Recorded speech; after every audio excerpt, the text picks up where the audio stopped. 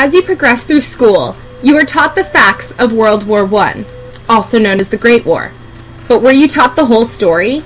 The fact of the matter is that there are always two sides to a story, or in this case, many more than two. And you have only been taught the United States side of the story, up until now. What you are about to hear is the same series of events, but through several different countries' lenses. The following is information that has come straight from textbooks that are used in schools in various countries. We will start with France, moving next to Germany, Italy, and finally finishing with England's view of how the Great War began. French textbooks stress nationalism, love of country, and an ethic of sacrifice. Due to this intense pride in their home country, tensions rose when other countries began trying to expand and get rid of the smaller countries. The tensions throughout Europe led to a great deal of hostility, insinuating that this led to the onset of war. German textbooks, however, focus more on the exact details of the alliance system and the agreements between the countries that eventually led to the war.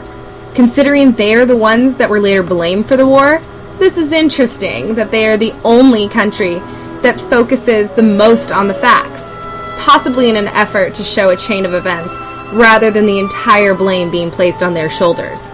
The book states that Austria-Hungary wanted to go after Serbia because of the assassination of Archduke Franz Ferdinand.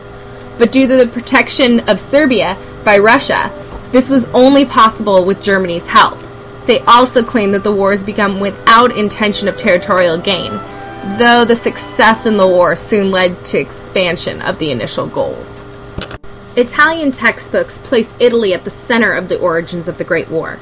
They also discuss the assassination of Archduke Franz Ferdinand and his wife in a very nonchalant type of a way. However, they're the only book that discusses the tensions in the Balkans that led up to the assassination.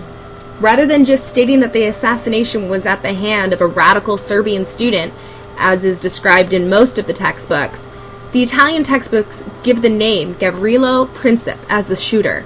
The text also describes the possible world that could result from the war as enticing.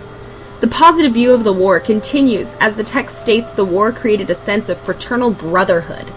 The patriotic and positive tone continues as the textbook credits the war with bringing a sense of belonging and stating that no one was a foreigner. Finally, we come to English textbooks, which diminish the importance of the assassination of Archduke Franz Ferdinand as a cause for the war, while bringing up the possible Irish Civil War that was a concern to them at the time. This text agrees with the French textbook, citing that nationalism was a cause for the start of the war. However, they're the only country that takes blame for the start of the war, stating that if they would have just made a decisive decision about the impending German attack on Belgian neutrality, rather than giving an ultimatum and inadvertently leaving the decision in the hands of others, that maybe the war would have never happened at all. After discussing the causes of war, the text clearly states that England did not want to go to war. While they did emerge on the victorious side, the textbook also states that the impact of the war was far from positive for the country. Every person looks at life through their own perspective. Each person is an expert on themselves, and for that reason, we cannot look at only one side of the story and take it as a whole. History is made up of many individual stories coming together to make a more complete picture. Through the study of all these depictions of the same event, we now have a better understanding of what actually took place, as well as a better understanding of how to view history.